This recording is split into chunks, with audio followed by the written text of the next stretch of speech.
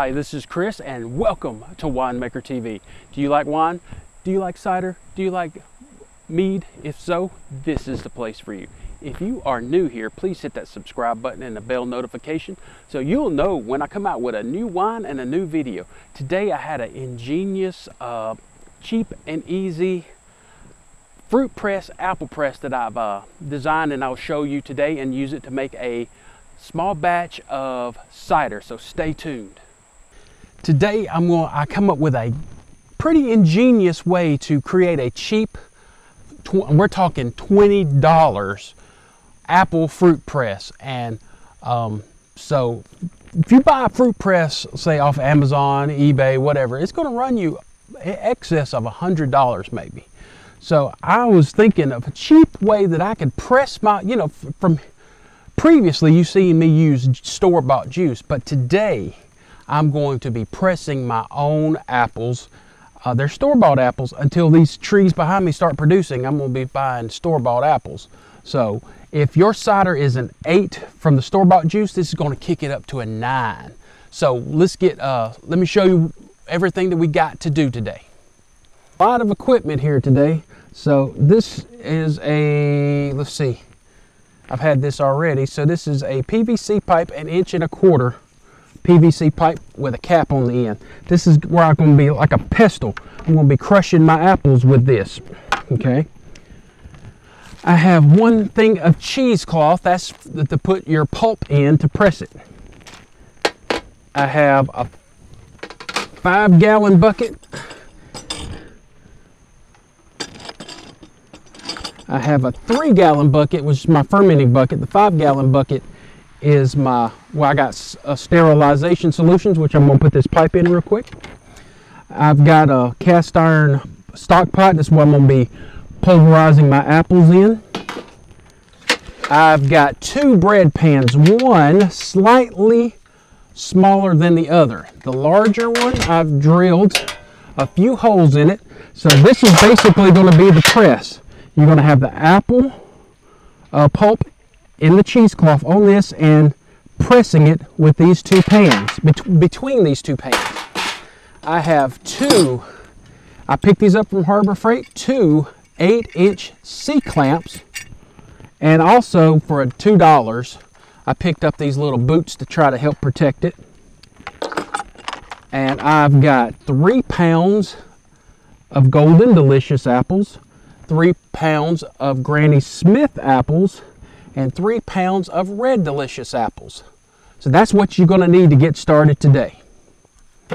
Okay, first thing I'm going to do is I'm going to cut these apples into small pieces in my large stock pot. And just cut them all up, seeds and all. I went ahead and soaked these in like a fruit cleansing solution. And I've taken all the stems and leaves off of them. You can put the rinds in it and all. I'm just going to cut them up as small as possible. And we're going to pulverize them. So let me get these cut up and I'll be right back. Okay, now that you got your apples all cut up, this is going to be your pestle. This is going to be like a mortar. You're just going to use this and just crush up your apples. And that's why I got the top on it, so it'll be a little easier on your hands. My first time doing this, it doesn't seem too bad. So I'm going to get all this pulverized and we'll be right back. We might have to go inside. It looked like it's starting to rain. So this is Chris and we'll be right back. Okay, I come in a little bit out of the rain. So I've got all my apples chopped up in a stock pot. See if you can see that. Woo! Like I say, it wasn't too hard. But what I did notice and I didn't account for is when I'm doing it, the pulp getting up into here. So what I did is just shake it into my bucket where I normally had them. And I can't use this bucket anymore for fermenting because it probably got scratched up. And you don't want little scratches in your fermenting bucket because it can hold bacteria. So now let's get to pressing the juice. Straining, I got this Tupperware, the Rubbermaid small bin not much size bigger than our large, not much smaller than our large pan, and I've lined it with cheesecloth. That's how we're going to press it. Now I got just a little bowl, and we're gonna fill this up.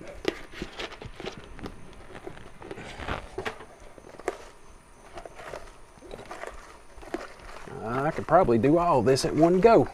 See that?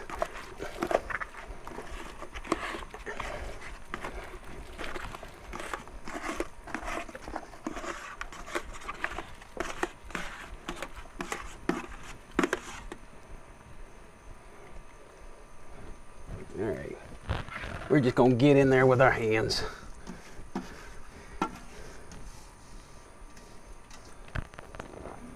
All right, you can see that. We're going to kind of even it out. And we're just going to fold our cheesecloth over it.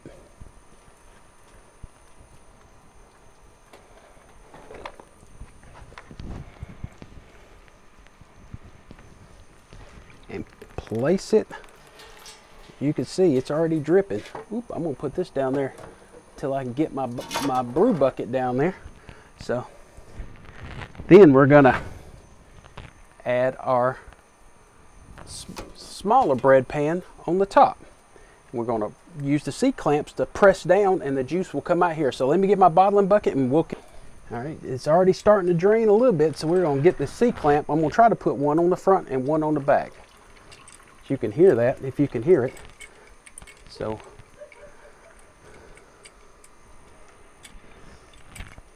if I go the right way anyway, I'm going it backwards.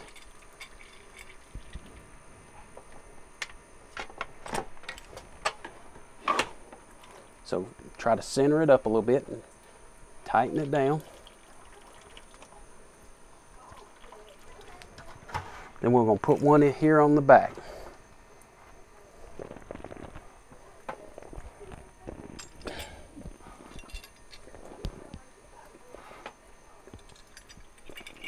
All right, let's get this on and I'll be right back. All right, so now we just keep tightening our clamps. As you can see, the juice pouring into our bucket. And we also bought store-bought juice to top it off. So this is not a total, I'm gonna slide this toward the middle a little bit.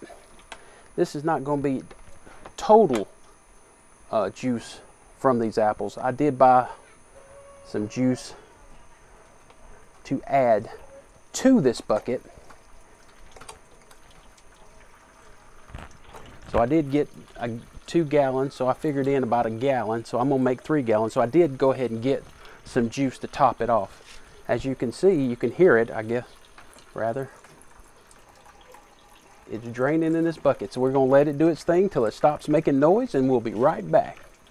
Okay, we're back from day 2 of this cider press and cider making project that I'm doing.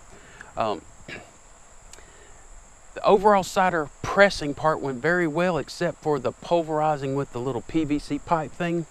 It didn't go as well as I planned. For in the future, I think I'll do a method I've tried before, which was putting a little bit of the apple juice you buy to top off into a blender and then blend the apples up, then press them. So that's what I'll be doing in the future. But I got about a gallon and a half of apple juice out of those apples. So here they're in my fermenting bucket, and I added a Camden tablet to it last night, and it's set for 24 hours because the skin on apples has a wild yeast on it. So I want to control the flavors of my cider and use my Red Star Premier Blanc on it.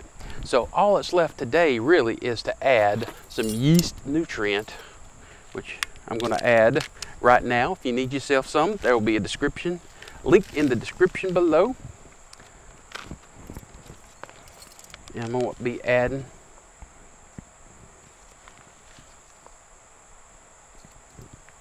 three teaspoons, a teaspoon per gallon. So that's 3 gallons here, so I added 3 teaspoons.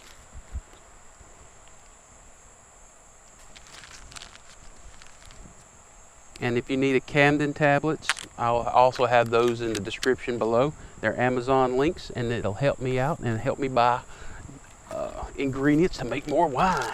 So all that's left is to pitch our yeast. Again, we have a Red Star Premier Blanc white wine yeast, and I just sprinkle it in.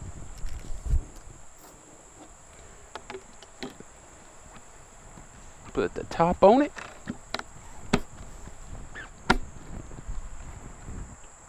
Add our airlock. We are done. This will take about 7 days. 7 days to completely ferment, 7 to 10, and it will probably start fermenting in a day or two. You'll see activity in the airlock. If you are new to cider making and want a beginning cider, I'll have a card come down now to a video I made about a year ago of my beginning cider, so I'll have that.